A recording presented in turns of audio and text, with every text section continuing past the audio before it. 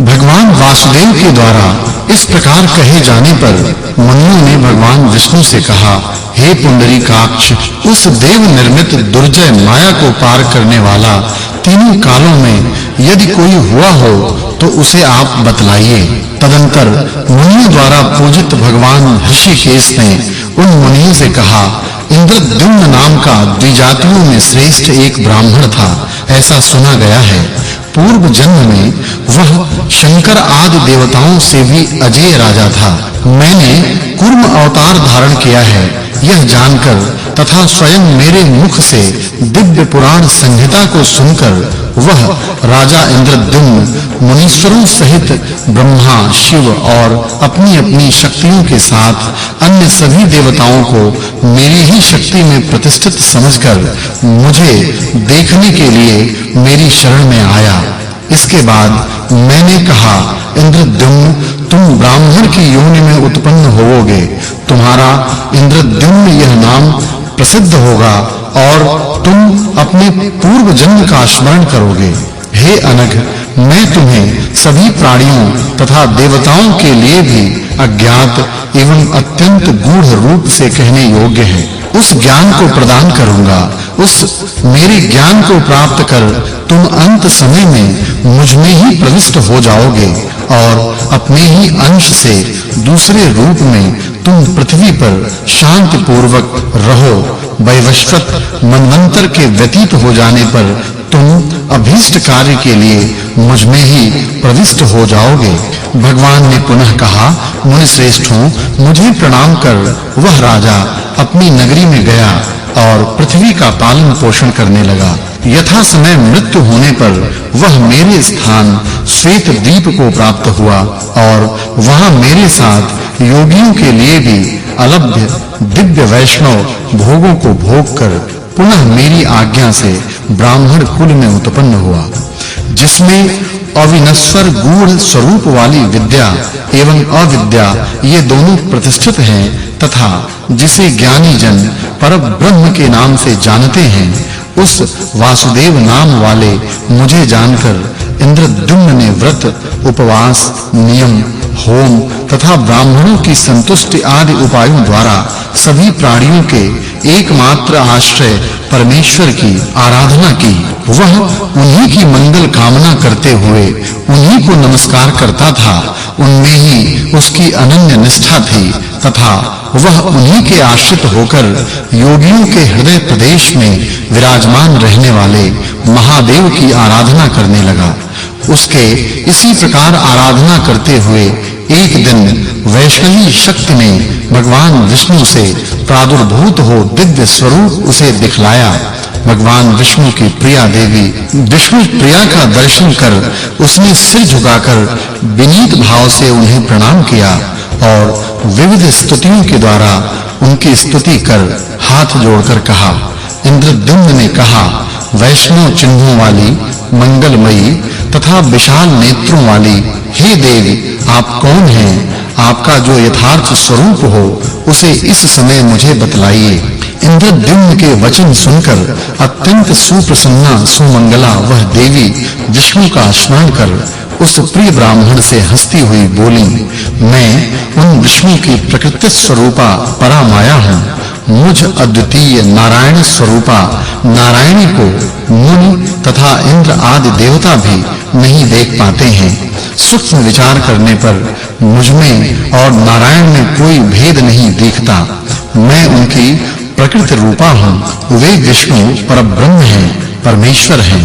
समस्त भूत प्राणियों के आश्रय भूत उन परमेश्वर की जो ज्ञान योग अथवा कर्म योग द्वारा यहाँ आराधना करते हैं, ऐसे भक्तों पर मेरा कोई वश नहीं चलता।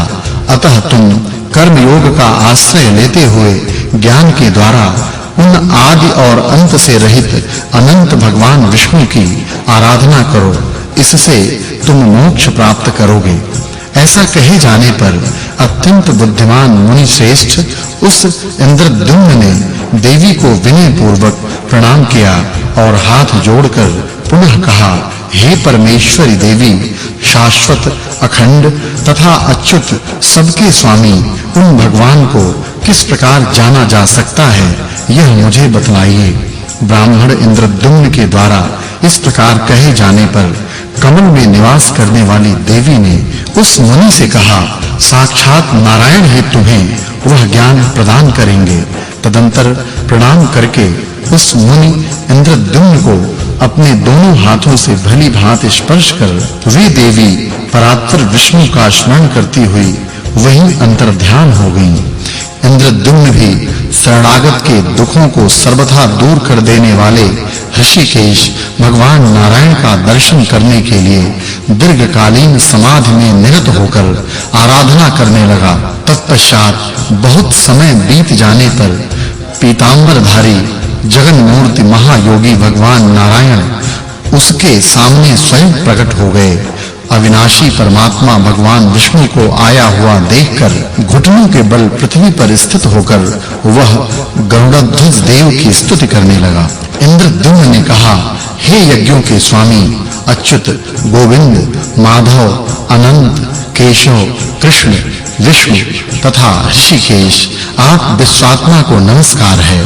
पुराण पुरुष विश्वमूर्ति हे हरि, आप सृष्टि, स्थिति तथा प्रलय के मूल कारण हैं। आप अनंत शक्ति संपन्न हैं, आपको नमस्कार है। आप निर्गुण स्वरूप हैं, निष्कल और विमलात्मा हैं, आपको नमस्कार है।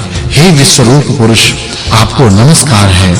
विश्व की योनि वासुदेव भगवान विष्णु को नमस्कार है। आप आदि, मध्य तथा अंत से रहित ज्ञान द्वारा जानने योग्य हैं, आपको नमस्कार है। निर्विकार तथा प्रपंच रहित आपको नमस्कार है। भेद अभेद से रहित आनंद स्वरूप आपको नमस्कार है। संसार सागर से पार उतारने वाले शांत स्वरूप आपको नमस्कार है। शुद्धात्मा आपको नमस्कार है। आप अनंत मूर्ति वाले हैं, अमूर्त हैं, आपको बार-बार नमस्कार है। आप परमार्थ रूप हैं, आपको नमस्कार है। आप माया से अतीत हैं, आपको नमस्कार है।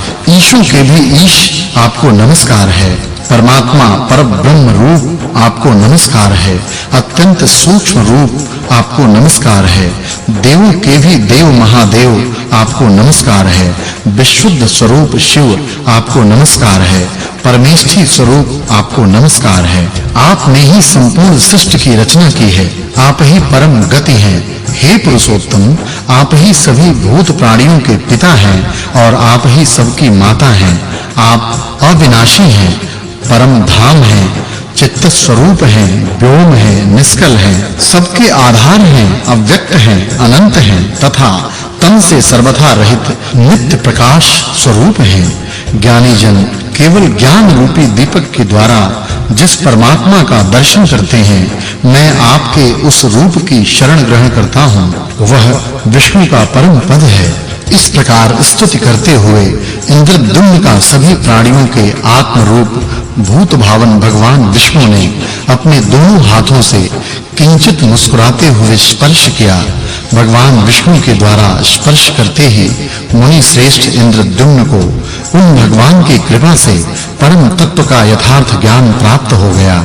इसके बाद अत्यंत प्रसन्न मन से इंद्रद्युम्न ने प्रफुल्लित कमल के समान नेत्र वाले पीतांबरधारी अच्युत भगवान जनार्दन को प्रणाम कर कहा, हे पुरुषोत्तम, आपकी कृपा से मुझे परमानंद की प्राप्ति कराने वाला एकमात्र ब्रह्म संबंधी संदेह रहित ज्ञान प्राप्त हो गया है। हे भगवान, हे वासुदेव, हे वेधा, आपको नमस्कार है। हे योगेश, हे जगन्मय, मैं क्या करूं, उसे आप मुझे बतलाइए। इंद्रद्युम्न के वचन सुनकर माधव भगवान नारायण ने समस्त संसार के कल्याण की कामना से मुस्कुराते हुए यह वचन कहा। श्री भगवान बोले, वर्ण एवं आश्रम धर्म का पालन करने वाले व्यक्तियों को चाहिए कि वे ज्ञान एवं भक्ति योग के द्वारा भगवान महेश्वर की पूजा करें, अन्य साधन से नहीं। मोक्षार्थी को चाहिए कि वह उस परम तत्व विभूति एवं कार्य कारण रूप को ठीक-ठीक जानकर साथ ही मेरी प्रवृत्ति को समझकर ईश्वर की उपासना करे। सभी प्रकार की आसक्तियों का सर्वथा परित्याग कर इस संसार को माया रूप जानकर अपने में अद्वैत की भावना करे। ऐसा करने से इंद्रद्युम्न तुम परमेश्वर का दर्शन करोगे। ब्रह्मन इंद्रद्युम्न 3 प्रकार की भावनाएं कही गई हैं, उन्हें मैं बताता हूं, तुम सुनो। उन तीनों में से पहली भावना है मद्विषया अर्थात मेरे सगुण स्वरूप की भावना। दूसरी है व्यक्त संश्रया अर्थात भगवान का जो विराट स्वरूप है उसका आश्रय ग्रहण कर उपासना की भावना। और तीसरी जो भावना है उसे ब्राह्मी अर्थात ब्रह्म ज्ञान विषयक भावना जानना चाहिए। यह तीसरी भावना गुणातीत है। गुणातीत रूप में ब्रह्म की उपासना ही ब्राह्मी भावना है। विद्वान व्यक्ति को चाहिए कि इन तीनों में से किसी भी भावना का आश्रय ग्रहण कर उपासना करे। जो असमर्थ व्यक्ति है उसे चाहिए कि वह प्रथम भावना अर्थात वैष्णवी भावना का अवलंबन ग्रहण करे। ऐसा वेद का मत है। इसलिए इंद्रद्युम्न तुम समस्त प्रयत्नों के द्वारा संपूर्ण संसार के स्वामी भगवान विष्णु की आराधना करो। उनमें ही निष्ठा रखो और उन्हीं का आश्रय ग्रहण कर उन्हीं के शरणागत हो जाओ। इससे तुम मोक्ष प्राप्त करोगे। इंद्रद्युम्न बोले, हे जनार्दन, वह परात्पर तत्व क्या है? विभूति क्या है? कार्य क्या है और कारण क्या है? आप कौन हैं और आपकी प्रवृत्ति क्या है? श्री भगवान बोले, वह पर से परतर तत्व एकमात्र अखंड परब्रह्म ही है। वह नित्य आनंद स्वरूप है, स्वयं प्रकाशमान है, अविनाशी है और तम अंधकार से सर्वथा परे है। उस परमात्मा का जो नित्य रहने वाला ऐश्वर्य है वही विभूति नाम से कहा जाता है। यह संसार ही परमात्मा का कार्य रूप है और अविनाशी विशुद्ध अव्यक्त तत्व ही इस संसार का कारण रूप है। मैं ही समस्त प्राणियों में रहने वाला अंतर्यामी ईश्वर हूँ। सृष्टि पालन और संहार ही मेरी प्रवृत्ति कही जाती है। हे द्विज, इन सभी बातों को यथार्थ रूप से जानकर तुम कर्म योग के द्वारा श्रद्धा भाव से उस सनातन ईश्वर की भली भांति अर्चना करो। इंद्रद्युम्न ने कहा, भगवन, वर्णों तथा आश्रमों के वे कौन से पालनीय नियम हैं जिनसे उस पर तत्व की आराधना की जाती है और वह दिव्य ज्ञान कैसा है जो 3 भावनाओं से युक्त है? परमात्मा ने पूर्व काल में इस संसार की सृष्टि कैसे की और फिर कैसे इसका संहार होता है? लोक में कितनी सृष्टियां हैं, कितने वंश हैं, कितने मनवंतर हैं, उनके कितने प्रमाण हैं और पवित्र व्रत तथा तीर्थ कौन से हैं? सूर्य आदि ग्रहों की स्थिति कैसी है? पृथ्वी की लंबाई चौड़ाई कितनी है? कितने द्वीप, समुद्र, पर्वत हैं और कितने नद हैं और कितनी नदियां हैं? हे पुंडरीकाक्ष, इस समय यह सब मुझे यथार्थ रूप से बताइए।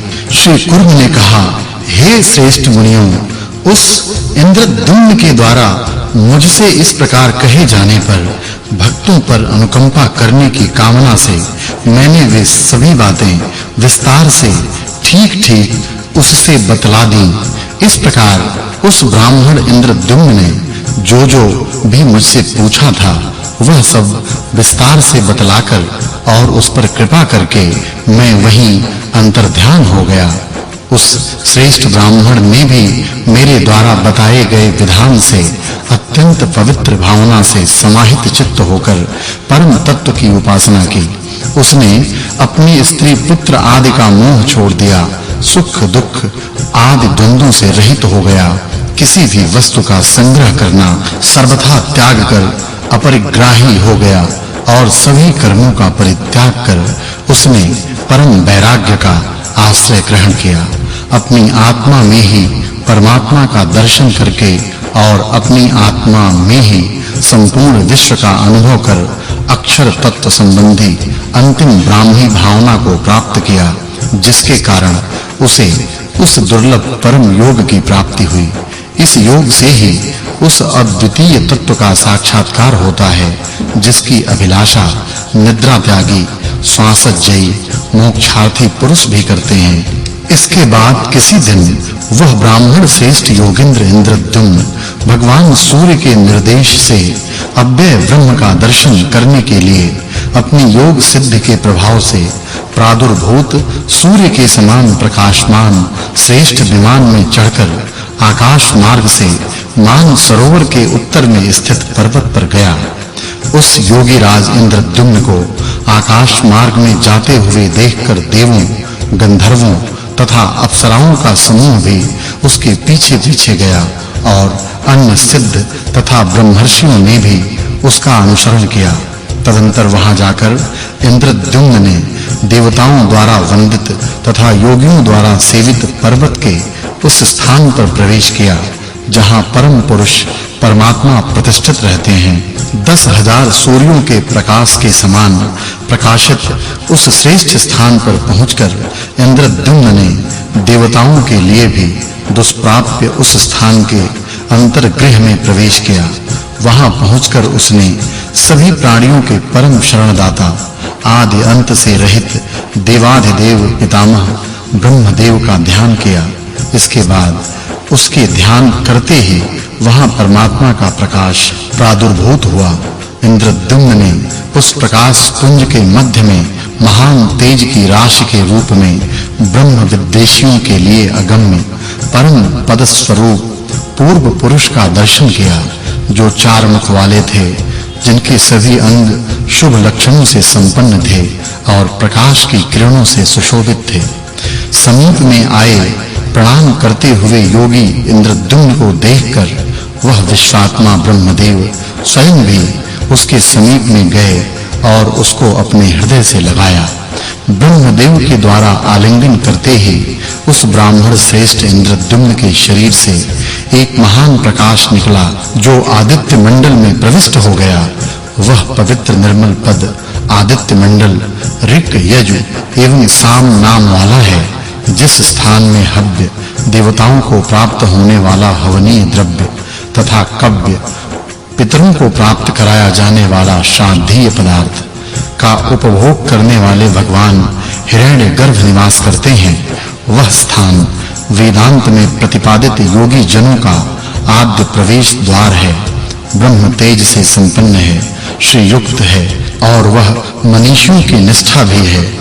भगवान ब्रह्मा के देखते ही देखते वह मुनि इंद्रद्युम्न तेज से संपन्न हो गया और उसने सर्वत्र व्याप्त परम कल्याणकारी अत्यंत शांत स्वात्म स्वरूप अक्षर व्योम उस परमेश्वर संबंधी तेज को देखा। वह विष्णु का परम पद है, केवल आनंद रूप अचल वह ब्रह्म का स्थान परमेश्वर रूप है। सभी प्राणियों को अपनी ही आत्मा समझने वाला वह योगी इंद्रद्युम्न परम ऐश्वर्य में प्रतिष्ठित हो गया और उसने मोक्ष पद से कहे जाने वाले उस अव्यय परमात्म धाम को प्राप्त कर लिया। इसलिए सभी प्रयत्नों से वर्ण एवं आश्रमों के नियमों का पालन करते हुए अंतिम भाव का आश्रय ग्रहण कर विद्वान व्यक्ति को चाहिए कि वह लक्ष्मी रूप माया से पार उतरे। सूत जी बोले, हरि के द्वारा इस प्रकार कहने पर इंद्र सहित नारद आदि सभी महर्षियों ने गरुड़ध्वज भगवान विष्णु से पूछा।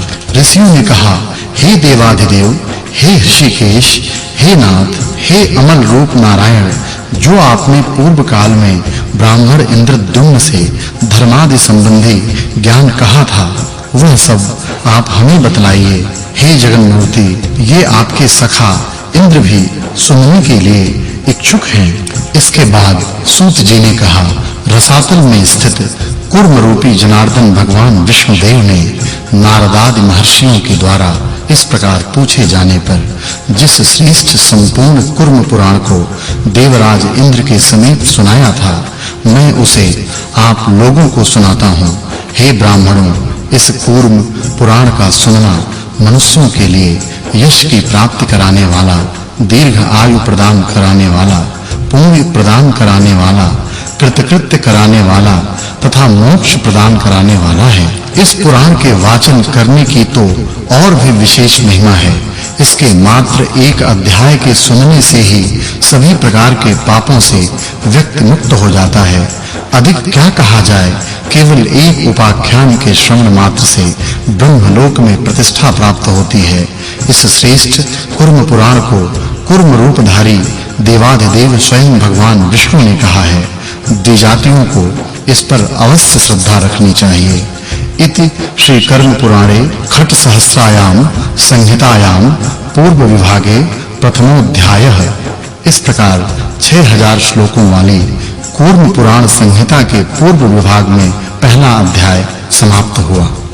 दूसरा अध्याय विष्णु के नाभि कमल से ब्रह्मा का प्रादुर्भाव, रुद्र तथा लक्ष्मी का प्राकट्य, ब्रह्मा द्वारा 9 मानस पुत्रों तथा 4 वर्णों की सृष्टि, वेद ज्ञान की महिमा, ब्रह्म सृष्टि का वर्णन, वर्ण और आश्रमों के सामान्य तथा विशेष धर्म, गृहस्थाश्रम का महात्म्य, चतुर्विध पुरुषार्थों में धर्म की महिमा, आश्रमों का द्विविध, त्रिदेवों का पूजन, त्रिपुंड, तिलक तथा भस्म धारण की महिमा। श्री कूर्म जी ने कहा, समस्त ऋषिगणों, संसार के कल्याण के लिए आप लोगों ने जो कुछ मुझसे पूछा है और इंद्रद्युम्न के प्रति मैंने जो कुछ कहा है वह सब मैं बतला रहा हूं, आप लोग सुने। इस कूर्म पुराण में भूत, वर्तमान और भविष्य काल में हुए वृतांतों को विस्तार से बतलाया गया है। यह पुराण मनुष्यों को पुण्य प्रदान करने वाला और मोक्ष धर्म का वर्णन करने वाला है। मैं ही नारायण देव रूप से पूर्व काल में विद्यमान था। मेरे अतिरिक्त और कोई दूसरा न था। मैं प्रगाढ़ योग निद्रा का आश्रय लेकर शेष शैया में पड़ा था। मुनि श्रेष्ठों, रात्रि के बीत जाने पर जागकर मैं पुनः सृष्टि विषयक चिंतन करने लगा। उसी समय अकस्मात मुझे प्रसन्नता प्राप्त हुई। तदुपरांत समस्त संसार के पितामह चतुर्मुख ब्रह्मा का आविर्भाव हुआ। इसी बीच किसी कारण से अकस्मात उस समय क्रोध उत्पन्न हुआ।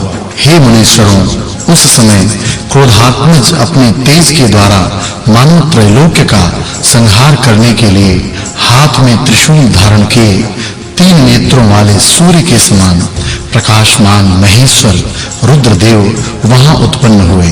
तदंतर कमल के समान विशाल नेत्रों वाली, सुंदर रूप एवं प्रसन्न मुख वाली तथा सभी प्राणियों को मोहित करने वाली देवी लक्ष्मी उत्पन्न हुई। पवित्र मुस्कान वाली, अत्यंत प्रसन्न, मंगलमयी, अपनी महिमा में प्रतिष्ठित, दिव्य कांति से सुसंपन्न, दिव्य माल्य आदि से सुशोभित, अविनाशी, महामाया, मूल प्रकृति रूपा वे नारायणी अपने तेज से इस संसार को आपूरित करती हुई मेरे समीप में आकर बैठ गई। उन्हें देखकर संसार के स्वामी भगवान ब्रह्मा मुझसे कहने लगे, हे माधव, संपूर्ण प्राणियों को मोहित करने के लिए इन स्वरूपिणी देवी को नियुक्त करो, जिससे यह मेरी सृष्टि और भी अधिक बढ़ने लगे। ब्रह्मा के द्वारा ऐसा कहे जाने पर मैंने मुस्कुराते हुए देवी लक्ष्मी से कहा, हे देवी, मेरे आदेश से तुम देवताओं, असुरों तथा मनुष्यों से युक्त संपूर्ण विश्व को अपनी माया से मोहित कर संसार में प्रवृत्त करो।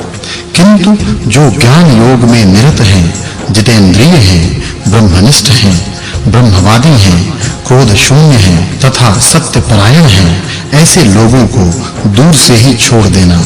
ध्यान करने वाले, ममता रहित, शांत, धार्मिक, वेद में पारंगत, जप परायण और तपस्वी विप्रों को दूर से ही छोड़ देना। वेद एवं वेदांत के विशेष ज्ञान से जिनके संपूर्ण संशय सर्वथा दूर हो गए हैं, ऐसे तथा बड़े-बड़े यज्ञों में परायण द्विजों को दूर से ही छोड़ देना। जो जप, होम, यज्ञ एवं स्वाध्याय के द्वारा देवाधिदेव महेश्वर का यजन करते हैं, उनका यत्न पूर्वक दूर से ही परित्याग कर देना। जो भक्ति योग में लगे हुए हैं, जिन्होंने अपना चित्त भगवान को अर्पण कर दिया है और जो प्राणायाम, धारणा, ध्यान तथा समाधि आदि में निरत हैं, ऐसे अमलात्माओं का दूर से ही परित्याग कर देना। जिनका मन प्रणवोपासना में आसक्त है, जो रुद्र मंत्रों का जप करने वाले हैं और जो अथर्व शिरस के अध्येता हैं, उन धर्मज्ञ व्यक्तियों को छोड़ देना। और अधिक क्या कहा जाए जो अपने धर्म का पालन करने वाले हैं, ईश्वर की आराधना में सतत रत हैं। हे देव, उन्हें मेरे आदेश से कदापि मोहित न करना। इस प्रकार मेरे द्वारा प्रेरित हरिप्रिया महामाया ने जैसी मेरी आज्ञा थी उसी प्रकार किया। इसलिए उन लक्ष्मी की आराधना करनी चाहिए। भगवत पत्नी देवी महालक्ष्मी पूजा किए जाने पर विपुल ऐश्वर्य, पुष्टि, मेधा, यश एवं बल प्रदान करती हैं। इसलिए लक्ष्मी की भली भांति पूजा करनी चाहिए। तदनंतर लोक पितामह भगवान ने मेरी आज्ञा से पूर्व की भांति समस्त चराचर भूत प्राणियों की सृष्टि की। योग विद्या के प्रभाव से ब्रह्मा जी ने मरीचि, भृगु, अंगिरा, पुलत्स्य, पुलह, क्रतु, दक्ष, अत्रि तथा वशिष्ठ को उत्पन्न किया। हे श्रेष्ठ ब्राह्मणों, ब्रह्मा के मरीचि आदि ये 9 ब्राह्मण संज्ञक पुत्र साधक हैं, ब्रह्मवादी हैं। पितामह विभुदेव ब्रह्मा ने मुख से ब्राह्मणों तथा भुजा से क्षत्रियों की सृष्टि की। दोनों जंघाओं से वैश्यों को तथा पैर से शूद्रों को उत्पन्न किया। ब्रह्मा ने यज्ञ की निष्पत्ति एवं सभी वेदों की रक्षा के लिए शूद्र के अतिरिक्त अन्य सभी वर्णों की सृष्टि की, क्योंकि उनसे यज्ञ का निर्वाह होता है। ऋक, यजु, साम तथा अथर्ववेद ब्रह्मा के सहज स्वरूप हैं और यह नित्य अव्यय शक्ति है। स्वयंभू ब्रह्मा जी ने प्रारंभ में आदि और अंत से रहित वेदमयी दिव्य वाक रूपी शक्ति को उत्पन्न किया, जिसके द्वारा सभी व्यवहार होते हैं। पृथ्वी पर इन वेदों से भिन्न जो कोई भी शास्त्र है, उनमें धीर पुरुष का मन नहीं लगता, क्योंकि ऐसे वेदातिरिक्त ग्रंथों के अध्ययन से मनुष्य पाखंडी हो जाता है। वेदांत ज्ञान में श्रेष्ठ मुनियों ने प्राचीन समय में जो कार्य करने योग्य बतलाया है, उसी को परम धर्म समझना चाहिए। वह धर्म वेदातिरिक्त अन्य शास्त्रों में प्रतिपादित नहीं है। वैदिक सिद्धांतों के विपरीत बातों का प्रतिपादन करने वाली जो स्मृतियां धर्मशास्त्र हैं और जो कोई भी कुदर्शन नास्तिक दर्शन है, पारलौकिक दृष्टि से वे सभी निष्फल हैं। इसलिए वे तामसी कहे गए हैं। पूर्व कल्प में जो प्रजा उत्पन्न हुई थी, वह सभी बाधाओं से रहित थी। सभी लोग निर्मल अंतःकरण वाले थे और सर्वदा अपनी-अपनी धर्म मर्यादा में स्थिर रहते थे। हे श्रेष्ठ मुनियों, कुछ समय बाद काल की गति के प्रभाव से उन लोगों में राग, द्वेष, लोभ, मोह तथा क्रोध आदि उत्पन्न हो गए और स्वधर्म में बाधा डालने वाला अधर्म भी उत्पन्न हो गया। इस कारण उस समय उनमें जो पहले सात्विक सहज सिद्ध थे, वह धीरे-धीरे कम होने लगे और रजो गुण मूलक जो अन्य सिद्धियां थीं, वे ही उन्हें प्राप्त हुईं। उन सभी रजो गुण मूलक सिद्धियों के भी काल योग से क्षीण हो जाने पर वे वार्तोपाय अर्थात कृषि, पशुपालन एवं वाणिज्य रूपी जीविका के उपाय और कर्म साध्य, परिश्रम साध्य, हस्त सिद्धि अर्थात शिल्प शास्त्र, हाथों के माध्यम से किए जाने वाले शिल्प, मूर्ति कला आदि के उपाय करने लगे। तब विभु ब्रह्मा जी ने उन लोगों के लिए कर्म एवं आजीविका की व्यवस्था की। हे ब्राह्मणों, ब्रह्मा से उत्पन्न साक्षात प्रजापति स्वरूप धर्मदर्शी स्वयंभू मनु ने पूर्व कल्प में धर्मों का उपदेश किया, जो मनुस्मृति के नाम से प्रसिद्ध हुई। तदंतर उनके मुख से उसे सुनकर भृगु आदि महर्षियों ने धर्म का वर्णन किया। श्रेष्ठ ब्राह्मणों, यज्ञ करना, यज्ञ कराना, दान देना, दान लेना, अध्ययन और अध्यापन, ये ब्राह्मणों के 6 कर्म हैं। दान, अध्ययन और यज्ञ, ये 3 क्षत्रिय और वैश्य के सामान्य धर्म हैं। दंड विधान और युद्ध क्षत्रिय का तथा कृषि कर्म वैश्य का प्रशस्त कर्म है। द्विजातियों की सेवा करना शूद्रों के लिए एकमात्र धर्म का साधन है। धर्मानुसार पाक यज्ञ तथा शिल्प विद्या उनकी आजीविका है। तदंतर वर्णों की व्यवस्था स्थिर हो जाने पर उन्होंने ब्रह्मचर्य, गृहस्थ, वानप्रस्थ तथा सन्यास इन 4 आश्रमों की स्थापना की। हे मुनि श्रेष्ठों, अग्नियों, गार्हपत्य, आहवनीय तथा दक्षिणाग्नि की उपासना, अतिथि सेवा, यज्ञ, दान एवं देवताओं की पूजा, यह संक्षेप में गृहस्थ का धर्म है। हवन, कंदमूल फल का सेवन, स्वाध्याय तथा तप, न्यायपूर्वक संपत्ति का विभाजन, यह वानप्रस्थों का धर्म है। भिक्षावृत्ति से प्राप्त पदार्थों का सेवन, मौन व्रत, तप, सम्यक ध्यान, सम्यक ज्ञान तथा वैराग्य, यह सन्यासियों का धर्म है। भिक्षा मांगना, गुरु की सेवा करना, स्वाध्याय, संध्या कर्म तथा अग्नि कार्य, यह ब्रह्मचारियों का धर्म है। श्रेष्ठ ब्राह्मणों, कमल से प्रादुर्भूत ब्रह्मा जी के ब्रह्मचर्य को ब्रह्मचारी, वानप्रस्थ तथा सन्यासी का साधारण धर्म कहा जाता है। अर्थात ब्रह्मचर्य तीनों आश्रमों का सामान्य धर्म है। ऋतुकाल, स्त्री के रजस्वला की 4 रात्रियों को छोड़कर, में विशेष पर्वों को छोड़कर अपनी पत्नी में गमन करना गृहस्थ के लिए ब्रह्मचर्य ही कहा गया है, अन्य रात्रियों में नहीं। प्रथम गर्भ धारण करने तक उसे बिना किसी प्रमाद के इस नियम का पालन करना चाहिए। हे विपेंद्रों, ऐसा न करने वाला गृहस्थ भ्रूणघाती होता है। यथाशक्ति प्रतिदिन वेद का स्वाध्याय, श्राद्ध, अतिथि सेवा तथा देवताओं की पूजा, यह गृहस्थ का श्रेष्ठ धर्म है।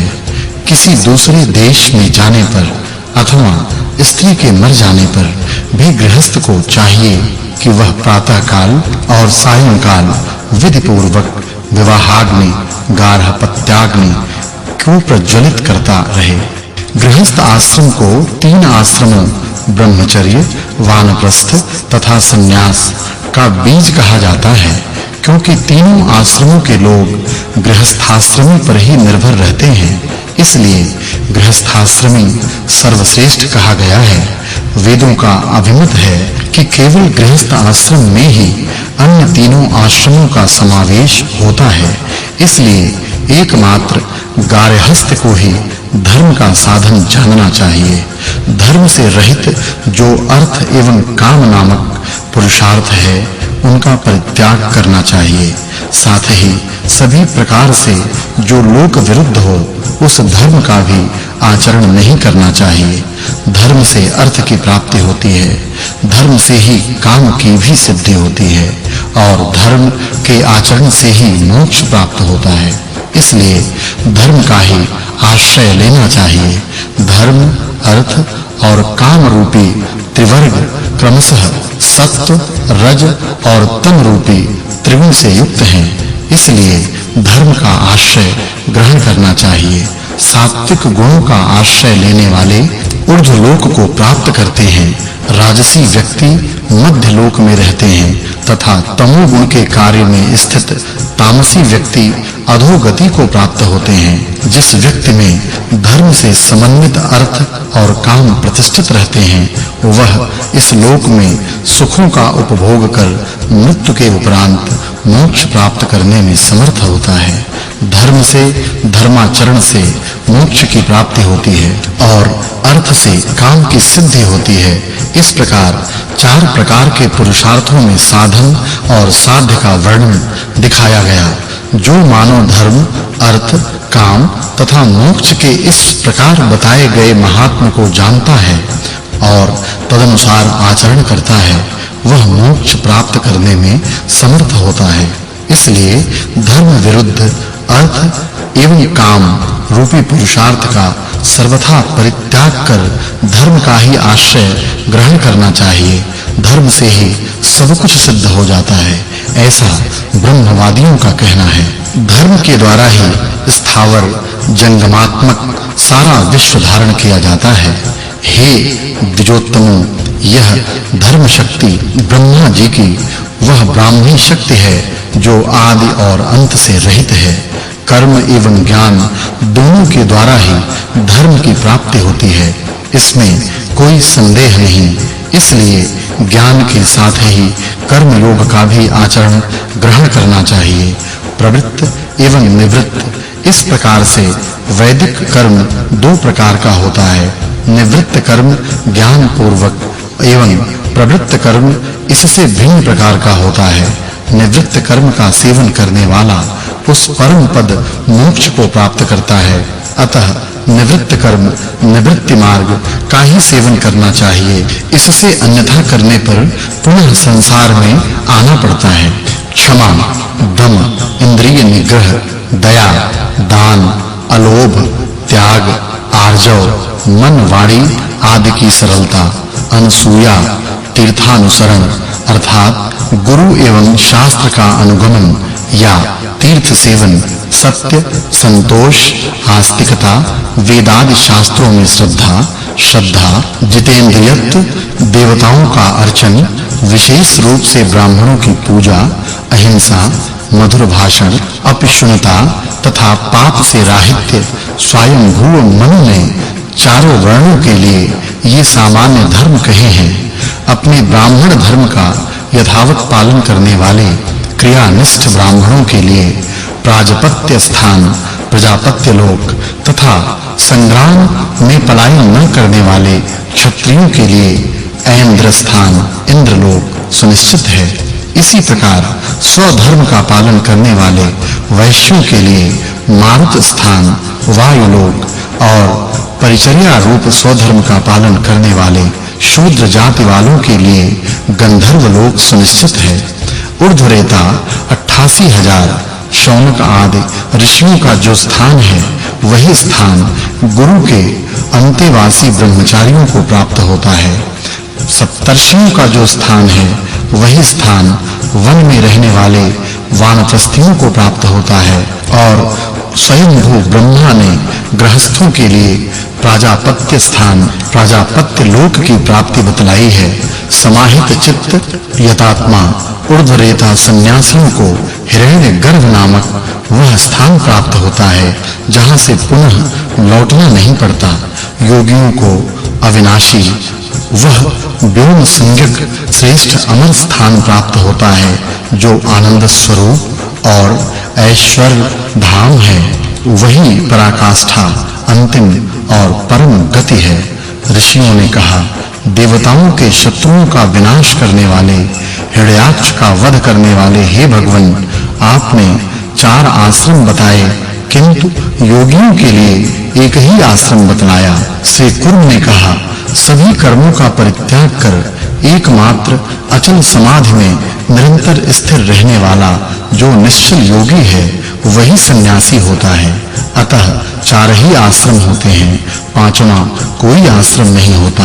वेद में बतलाया गया है कि सभी आश्रम 2 प्रकार के होते हैं। ब्रह्मचारी के 2 भेद हैं, उपकुमार और नैष्ठिक ब्रह्म तत्पर। जो ब्रह्मचारी विधिवत वेदों का अध्ययन कर गृहस्थाश्रम में प्रवेश करता है, उसे उपकुमारक ब्रह्मचारी समझना चाहिए। और जो यावत जीवन गुरु के पास रहकर ब्रह्म विद्या का अभ्यास करता है, वह नैष्ठिक ब्रह्मचारी कहलाता है। इसी प्रकार गृहस्थ आश्रमी भी 2 प्रकार का होता है, उदासीन और साधक। जो कुटुंब के भरण पोषण में लगा रहता है, वह गृहस्थ साधक कहलाता है। और जो देव ऋण, पितृ ऋण तथा ऋषि ऋण, इन तीनों ऋणों से पूर्ण होकर स्त्री, धन आदि का परित्याग कर देता है तथा एकाकी विचरण करता है, वह मोक्ष प्राप्ति की इच्छा वाला गृहस्थ उदासीन कहलाता है। जो वन में अनुष्ठान करता है, देवताओं की पूजा करता है, हवन करता है और स्वाध्याय में निरत रहता है, वह वन में रहने वाला तापस नामक वानप्रस्थ कहलाता है। जो अत्यंत तप से अपने शरीर को कृश कर लेता है और निरंतर ध्यान परायण रहता है, वह वानप्रस्थ आश्रम में रहने वाला सन्यासिक वानप्रस्थी कहलाता है। नित्य योगाभ्यास में रत रहने वाला, मोक्ष मार्ग में आरूढ़ होने की इच्छा वाला, जितेंद्रिय तथा ज्ञान प्राप्ति के लिए प्रयत्नशील सन्यासी को पारमेष्ठिक सन्यासी कहा जाता है और जो केवल आत्मा में ही रमण करने वाला है, नित्य तृप्त महामुनि है, सम्यक दर्शन संपन्न है, वह सन्यासी योगी कहलाता है। पारमेष्ठिक सन्यासी के तीन भेद होते हैं। कोई ज्ञान सन्यासी होते हैं, कोई वेद सन्यासी होते हैं और कोई कर्म सन्यासी होते हैं। इसी प्रकार योगी भी तीन प्रकार का समझना चाहिए। पहला भौतिक, दूसरा सांख्य और तीसरे प्रकार का योगी अत्याश्रमी कहा गया है, जो श्रेष्ठ योग में ही नित्य स्थित रहता है। पहले भौतिक योगी में प्रथम भावना, दूसरे सांख्य योगी में अक्षर भावना तथा तीसरे अत्याश्रमी नामक योगी में जो अंतिम भावना रहती है, वह पारमेश्वरी भावना कहलाती है। इसलिए हे ऋषियों, सभी वेद शास्त्रों में चार ही आश्रम निश्चित किए गए हैं, ऐसा जानना चाहिए। पांचवा कोई आश्रम नहीं है। इस प्रकार चार वर्ण तथा चार आश्रमों की सृष्टि करके देवाधिदेव निरंजन विश्वात्मा ब्रह्मा जी ने दक्ष आदि प्रजापतियों से कहा, अनेक प्रकार की सृष्टि करो। हे मुनिश्रेष्ठों, ब्रह्मा जी के कहने पर उनके दक्ष आदि मानस पुत्रों ने देवताओं एवं मनुष्यों के साथ ही अन्य भी सभी प्रजाओं प्राणियों की सृष्टि की।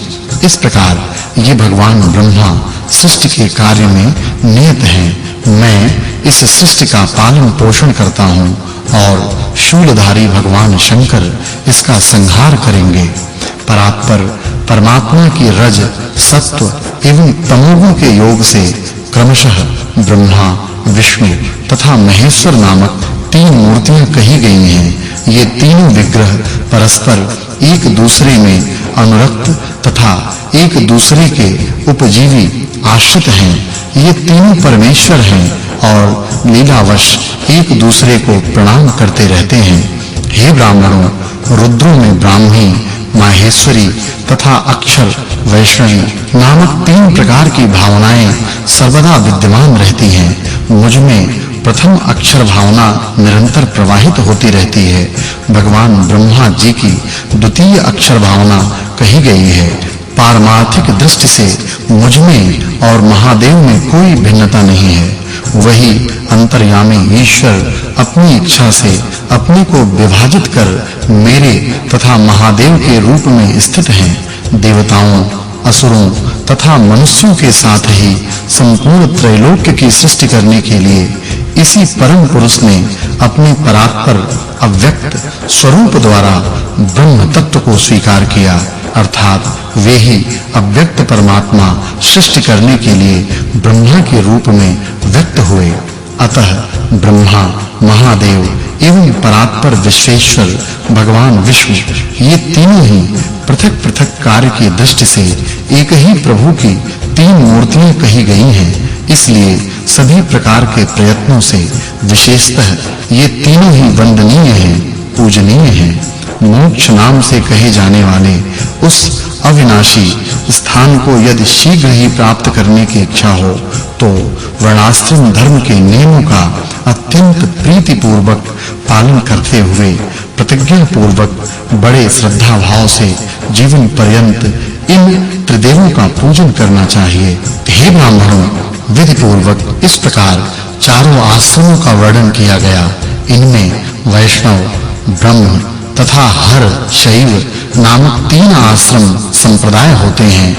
उन शैव, वैष्णव तथा ब्रह्म आश्रमों का लिंग चिन्ह धारण कर उस देवता के भक्त जनों के प्रति प्रेम रखते हुए ब्रह्म विद्या परायण व्यक्ति को चाहिए कि वह इन देवों का निरंतर ध्यान करे, पूजन करे। शिव के सभी भक्तों के लिए चिन्ह रूप में शिवलिंग धारण करना श्रेष्ठ है। शैव को चाहिए कि वे श्वेत भस्म से ललाट में त्रिपुंड धारण करें। जो परम पद स्वरूप भगवान नारायण के शरणागत भक्त हों, उनके ललाट पर कस्तूरी आदि के सुगंधित जल से त्रिशूल की आकृति का तिलक सर्वदा धारण करना चाहिए। जो संसार के बीज परम श्रेष्ठी ब्रह्मा के भक्त हैं, उन्हीं ललाट पर सर्वदा तिलक धारण करना चाहिए। ऊपर नीचे भाव पूर्वक त्रिपुंड के धारण करने से अनादि होते हुए भी जो प्राणियों का आदि है, कलात्मा है, उसका धारण करना हो जाता है। त्रिशूल चिन्ह के धारण करने से जो वह त्रिगुणात्मक प्रधान ब्रह्मा, विष्णु तथा शिव स्वरूप है, निश्चय रूप से उसका धारण हो जाता है। तिलक लगाने से जो आदित्य मंडल का प्रकाशमान ब्रह्म तेजोमय ऐश्वर्य युक्त स्थान है, उसका धारण हो जाता है। इसलिए शैव, वैष्णव तथा ब्रह्म तीनों प्रकार के भक्तों को विधि पूर्वक मंगलमय तथा दीर्घ आयु प्रदान करने वाले त्रिशूल के चिन्ह तथा तिलक को धारण करना चाहिए। वर्ण तथा आश्रम के विधि विधान को जानने वाले शांत, दांत, जितेंद्रिय तथा क्रोधजयी को यज्ञ, अग्नि में हवन, तप तथा दान करना चाहिए। इस प्रकार यावत जीवन समाहित मन होकर देवों की आराधना करनी चाहिए। ऐसा करने से उसे शीघ्र ही अचल स्थान की प्राप्ति होती है। इति श्री कूर्म पुराणे खट सहस्रायाम संहितायाम पूर्व विभागे द्वितीयोऽध्यायः। इस प्रकार 6000 श्लोकों वाली श्री कूर्म पुराण संहिता के पूर्व विभाग में दूसरा अध्याय समाप्त हुआ। तीसरा अध्याय आश्रम धर्म का वर्णन, संन्यास ग्रहण करने का क्रम, ब्रह्मार्पण का लक्षण तथा निष्काम कर्म योग की महिमा। ऋषियों ने कहा, प्रभु, आपने चारों वर्णों तथा चारों आश्रमों का वर्णन किया, अब हमें आश्रमों का क्रम बताइए। श्री कुर्म जी बोले, ब्रह्मचर्य, गृहस्थ, वानप्रस्थ तथा संन्यास, ये क्रम से आश्रम कहे गए हैं। किसी कारण से इस क्रम में परिवर्तन भी होता है। जो ज्ञान विज्ञान संपन्न हो तथा परम वैराग्य को प्राप्त हो गया हो, ऐसा ब्रह्मचारी यदि परम गति को प्राप्त करना चाहे तो वह ब्रह्मचर्य आश्रम से सीधे संन्यास ग्रहण कर ले।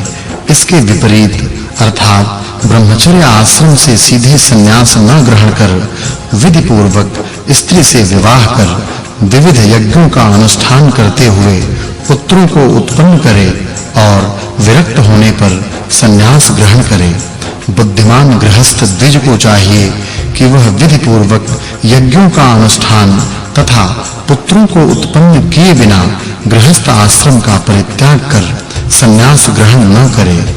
श्रेष्ठ विद्वान द्विज यदि तीव्र वैराग्य के वेग के कारण गृहस्थाश्रम में रहने के लिए उत्सुक न हो तो यज्ञ किए बिना भी वही संन्यास ग्रहण कर ले।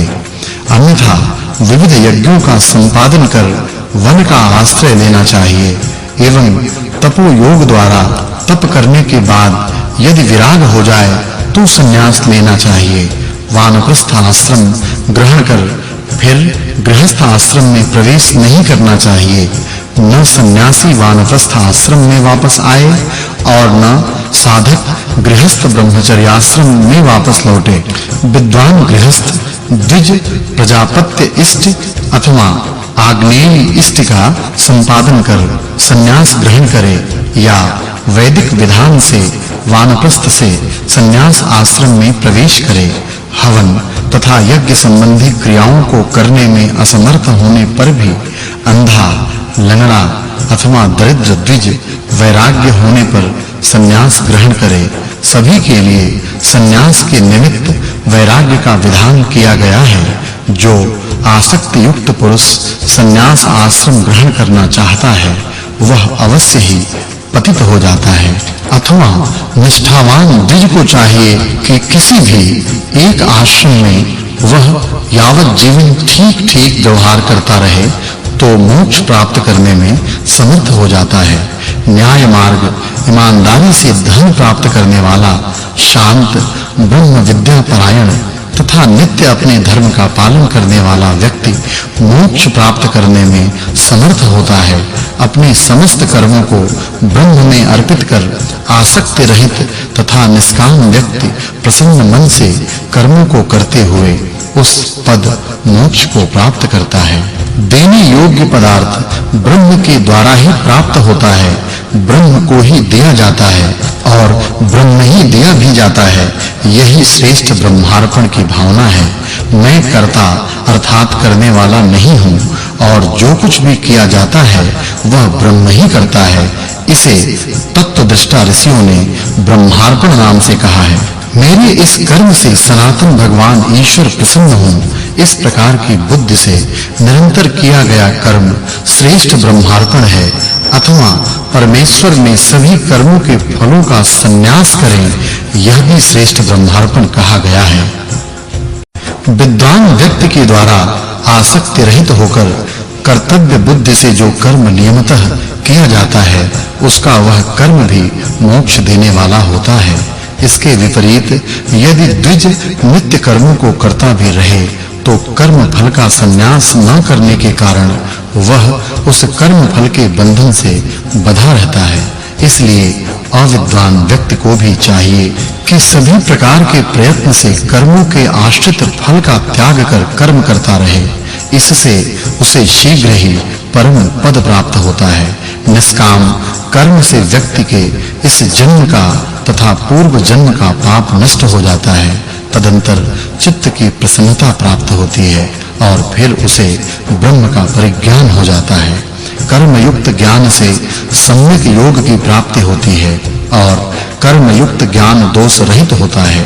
इसलिए किसी भी आश्रम में रहते हुए सभी प्रकार के प्रयत्नों से भगवान की प्रसन्नता के लिए कर्म को करता रहे।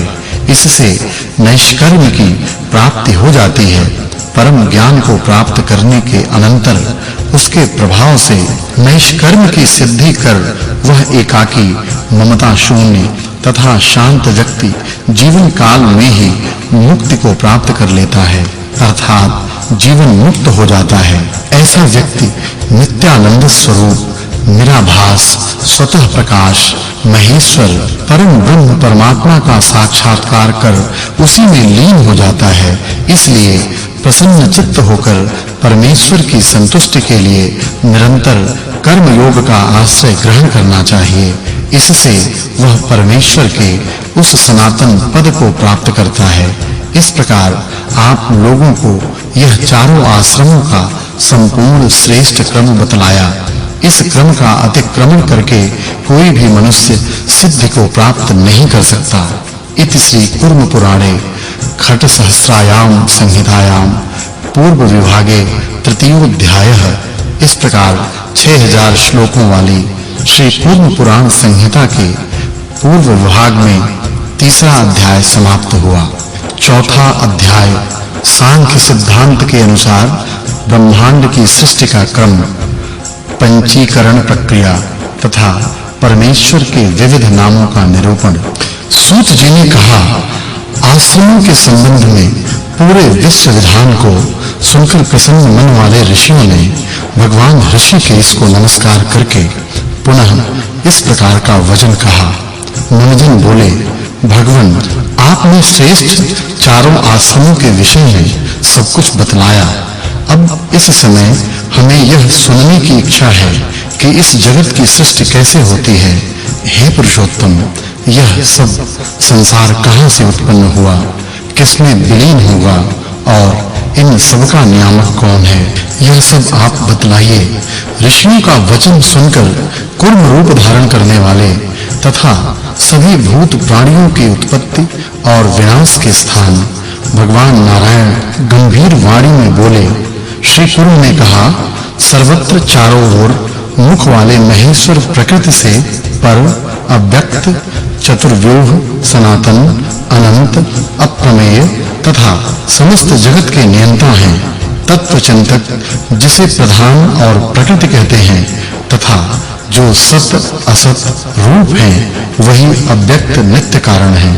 गंध, वर्ण तथा रस से हीन, शब्द स्पर्श से रहित, अजर, ध्रुव, अक्षय, कभी नाश न होने वाला, नित्य, अपनी आत्मा में स्थित संसार का बीज रूप, महाभूत, सनातन, परब्रह्म, सभी प्राणियों की मूर्ति रूप, आत्मा से अधिष्ठित महत तत्व, अनादि, अनंत, अजन्मा, सूक्ष्म, त्रिगुण उत्पत्ति और प्रलय का स्थान शाश्वत तथा अविज्ञेय ब्रह्म ही विश्व में विद्यमान था।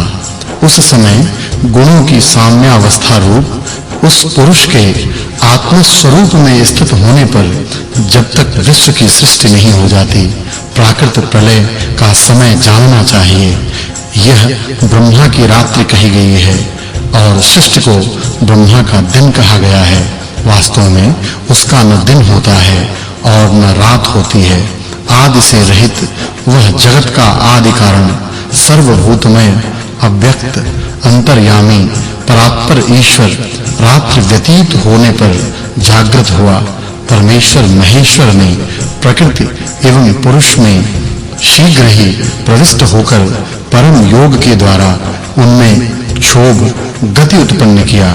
जैसे वसंत ऋतु की वायु अथवा मद पुरुष एवं स्त्रियों को क्षुब्ध करता है, वैसे ही वह योग विग्रह योग बल से विविध शरीर धारण करने में समर्थ ईश्वर प्रकृति एवं पुरुष में अनुप्रविष्ट होकर क्षोभ का कारण बनता है। हे ब्राह्मणों, वही परमेश्वर क्षोभ उत्पन्न करने वाला है एवं स्वयं क्षुब्ध होने वाला है। वह प्रलय एवं सृष्टि करने के कारण प्रधान भी कहलाता है। प्रधान पुरातन पुरुष के क्षुब्ध होने से प्रधान प्रकृति पुरुष पादक महद बीज का आविर्भाव हुआ। इसी कारण से वह महद बीज महान आत्मा मति ब्रह्मा प्रबुद्धि ख्याति ईश्वर प्रज्ञा धृति स्मृति तथा संवित कहलाता है। महत तत्व से समस्त प्राणियों की सृष्टि का आदि कारण वैकारिक तेजस तथा तामस यह तीन प्रकार का अहंकार उत्पन्न हुआ। वह अहंकार अभिमान कर्ता मनता आत्मा उद्गल तथा जीव नामों से कहा गया है। उसी अहंकार से सभी प्रवृत्तियां होती हैं। अहंकार से पांच महाभूत पृथ्वी जल तेज वायु तथा आकाश पांच तन्मात्राएं शब्द स्पर्श रूप रस तथा गंध सभी इंद्रियां तथा उन इंद्रियों के अधिष्ठात्री देवता उत्पन्न हुए। यह संपूर्ण जगत उससे ही उत्पन्न हुआ है। अव्यक्त से उत्पन्न मन को प्रथम विकार माना गया है। इस प्रकार यह कर्ता एवं भूतादिकों को देखने वाला है। वैकारिक अहंकार से वैकारिक सृष्टि उत्पन्न हुई है। इंद्रियां तेजस हैं और उन इंद्रियों के अधिष्ठाता 10 देवता वैकारिक हैं। उनमें 11वां इंद्रिय मन अपने गुण के कारण उभयात्मक है। यह भूत तन्मात्राओं की सृष्टि है। भूतादिकों से ही प्रजा उत्पन्न हुई। विकार प्राप्त भूतों ने शब्द तन्मात्रा को उत्पन्न किया। उस शब्द तन्मात्रा से शब्द लक्षण वाले तथा अवकाश स्वरूप आकाश की उत्पत्ति हुई। वैकारिक आकाश ने स्पर्श तन्मात्रा को उत्पन्न किया। उससे वायु उत्पन्न हुआ और वायु का गुण स्पर्श कहा गया है। विकार प्राप्त वायु ने रूप तन्मात्रा को उत्पन्न किया। वायु से तेज उत्पन्न हुआ और इसका रूप गुण कहा जाता है। विकार को प्राप्त हुए तेज ने भी रस तन्मात्रा की सृष्टि की और उससे फिर जल की उत्पत्ति हुई। वह जल इस रस गुण का आधार है। विकार को प्राप्त हो रहे जल ने गंध तन्मात्रा को उत्पन्न किया। उससे संघात पृथ्वी तत्व उत्पन्न हुआ और उसका गुण गंध माना गया है। आकाश की शब्द नामक तन्मात्रा है। उसने स्पर्श नामक तन्मात्रा को आवृत्त किया। इसलिए वायु शब्द तथा स्पर्श इन दो गुणों वाला है। उसी प्रकार रूप नामक गुण शब्द एवं स्पर्श दो गुणों से आवस्थित है। अतः तेज या अग्नि शब्द स्पर्श तथा रूप इन तीन गुणों वाला है। शब्द स्पर्श तथा रूप एवं रस तन्मात्रा में प्रविष्ट हुए। इसलिए रसात्मक जल तत्व को चार गुणों शब्द स्पर्श रूप तथा रस से युक्त समझना चाहिए। शब्द स्पर्श रूप तथा रस ये चार गुण गंध तन्मात्रा में प्रविष्ट हुए। इसलिए पंच स्थूल महाभूतों से युक्त पृथ्वी तत्व 5 गुणों वाला कहा गया है। इसी कारण ये शांत, घोर, मूढ़ तथा विशेष कहलाते हैं। ये परस्पर एक दूसरे में प्रविष्ट होने के कारण आपस में एक दूसरे को धारण किए रहते हैं। ये सातों महात्मा महत, अहंकार तथा तत्व एक दूसरे के आश्रित होने के कारण बिना संपूर्ण रूप से मिले सृष्टि करने में समर्थ नहीं हो सके। पुरुष से अधिष्ठित और अव्यक्त से अनुग्रहित होने के कारण महत तत्व से लेकर विशेष पंचभूत पर्यंत वे सभी तत्व अंड को उत्पन्न करते हैं। विशेषों महाभूतों में एक बार में ही जल के बुलबुले के समान तथा जल में स्थित वह बृहद अंड उत्पन्न हुआ। उसी बृहद अंड में परमेष्ठी के सृष्टि स्वरूप कार्य का करण सिद्ध निष्पन्न हुआ। प्राकृत अंड में क्षेत्रज्ञ आविर्भूत हुआ जो ब्रह्मा नाम से कहलाया। वे प्रथम शरीर धारण करने वाले हैं। वे पुरुष कहलाते हैं और समस्त प्राणियों के आदिकर्ता वे ब्रह्मा सर्वप्रथम उत्पन्न हुए। प्रधान से पर में स्थित उस पुरुष को हंस, हिरण्यगर्भ, कपिल, छंदोमूर्ति तथा सनातन कहा जाता है। उस परमात्मा का गर्भवेष्टन था मरु, पर्वत थे गर्भ के आवरण रूप, चर्म, जरायु तथा गर्भोदक थे सभी समुद्र। उस अंड में देवताओं, असुरों तथा मनुष्यों सहित संपूर्ण विश्व उत्पन्न हुआ तथा ग्रहों, नक्षत्रों सहित वायु, सूर्य एवं चंद्रमा भी उत्पन्न हुए। अंड ब्रह्मांड बाहर की ओर अपने से 10 गुने अधिक जल से घिरा हुआ है और जल बाहर से अपने से 10 गुने अधिक तेज से आवृत है। तेज बाहर से अपने से 10 गुने अधिक वायु से आवृत है। इसी प्रकार वायु आकाश से आवृत है और आकाश भूतादि अर्थात अहंकार से घिरा हुआ है। जैसे अहंकार महत्तत्व से आवृत है, वैसे ही महत्तत्व अव्यक्त से आवृत है। ये लोक सर्वतत्वाभिमानी महान स्वरूप वाले हैं। उन लोकों में उन्हीं के आत्म रूप ऐश्वर्य संपन्न तथा योग धर्म से युक्त पुरुष निवास करते हैं और अन्य भी जो तत्व चिंतक हैं वे भी निवास करते हैं। वे सभी पुरुष सर्वज्ञ, शांत, रजोगुण वाले अर्थात सत्व संपन्न तथा नित्य ही अत्यंत प्रसन्न मन वाले हैं। ब्रह्मांड इन्हीं प्राकृत 7 आवरणों से आवृत है। ब्राह्मणों, इस विषय में केवल इतना ही कहा जा सकता है कि यह माया बहुत ही गहन है। बीज रूप से मैंने जिसका वर्णन किया वह सब प्रधान अर्थात प्रकृति का कार्य व्यापार है। यह प्रकृति या माया अन्य और कोई नहीं प्रजापति की ही परामूर्ति है, ऐसा वेदों का अभिमत है। 7 लोकों के तल से युक्त यह संपूर्ण ब्रह्मांड उन परमेष्ठी देव का दूसरा शरीर है। वेदों के अर्थ को ठीक-ठीक जानने वाले बतलाते हैं कि सोने के समान वर्ण वाले पीत अंड से प्रादुर्भूत हिरण्यगर्भ भगवान ब्रह्मा भगवान के तीसरे रूप शरीर हैं। उन्हीं धीमान का जो रजोगुण युक्त अन्य रूप है वे ही चतुर्मुख भगवान ब्रह्मा हैं तथा संसार की सृष्टि करते हैं। स्वयं विश्वेश्वर, विश्वतोमुख, विश्वात्मा भगवान विष्णु सत्वगुण का आश्रय ग्रहण कर उत्पन्न हुए संपूर्ण संसार का पालन पोषण करते हैं।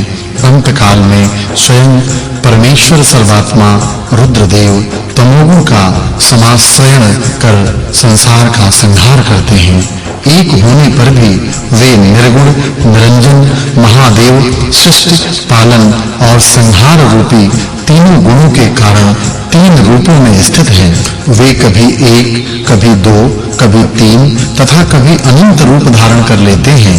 वे योगेश्वर परमात्मा अपनी लीला से अनेक आकार, क्रिया, रूप तथा नाम वाले शरीरों का निर्माण करते हैं और फिर संहार कर डालते हैं। भक्तों के कल्याण के लिए ही वे पुनः संहार करते हैं। अपने को 3 रूपों में विभक्त कर तीनों कालों में प्रवृत्त होते हैं। इस प्रकार वे विशेष रूप से सृष्टि, संहार और पालन का कार्य करते हैं।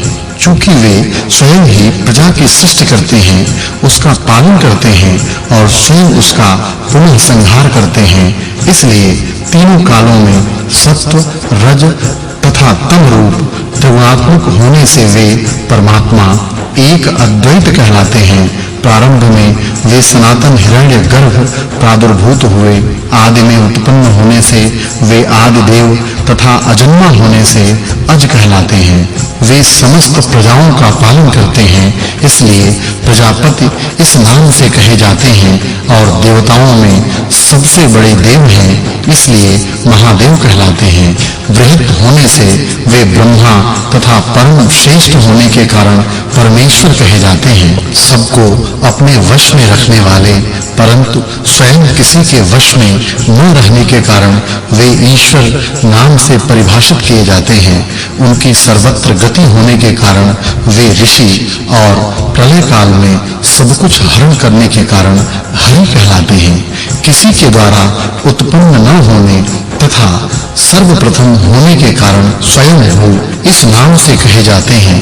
सभी मनुष्यों के वे अयन आश्रय स्थान हैं, इसलिए नारायण कहे जाते हैं। संसार का संहार करने से हर तथा सर्वत्र व्यापक होने से विष्णु कहलाते हैं। वे सब कुछ जानने के कारण भगवान तथा रक्षा कार्य करने से ओम कहलाते हैं। सभी का विशिष्ट ज्ञान होने से सर्वज्ञ तथा सभी के आत्म स्वरूप होने के कारण वे सर्व कहे जाते हैं। वे मल शून्य हैं, इसलिए शिव और सर्वत्र व्याप्त होने से विभु तथा सभी प्रकार के कष्टों का निवारण करने से तारक कहलाते हैं। और अधिक कहने से क्या लाभ, यह सारा जगत ब्रह्ममय ही है और वे परमेश्वर अनेक रूपों में विभक्त होकर अनेक क्रीड़ाएं लीलाएं करते रहते हैं। हे ब्राह्मणों, मैंने संक्षेप में इस अबुद्धि पूर्वक हुए प्राकृत सर्ग प्राकृत सृष्टि का वर्णन किया। अब आप लोग ब्रह्म की सृष्टि के संबंध में सुने।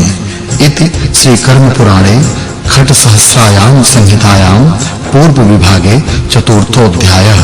पांचवा अध्याय ब्रह्मा जी की आयु का वर्णन, युग, मनवंतर तथा कल्प आदि काल की गणना, प्राकृत प्रलय तथा काल की महिमा का वर्णन। श्री कुर्म ने कहा, श्रेष्ठ ब्राह्मणों, स्वयं भू ब्रह्मा के बीते हुए काल की गणना का वर्णन बहुत वर्षों में भी नहीं किया जा सकता। संक्षेप में काल की गणना दो परार्ध कही गई है। वही परम काल है और उसके बीत जाने पर प्रलय होता है। अपने मान से ब्रह्मा की 100 वर्ष की आयु कही गई है। उसी ब्रह्मा की 100 वर्ष की आयु को पर नाम से कहा जाता है और उस पर का आधा परार्ध कहलाता है। द्विजोत्तमों, 15 निमेष की एक काष्ठा कही गई है। 30 काष्ठा की एक कला और 30 कला का समय एक मुहूर्त काल होता है।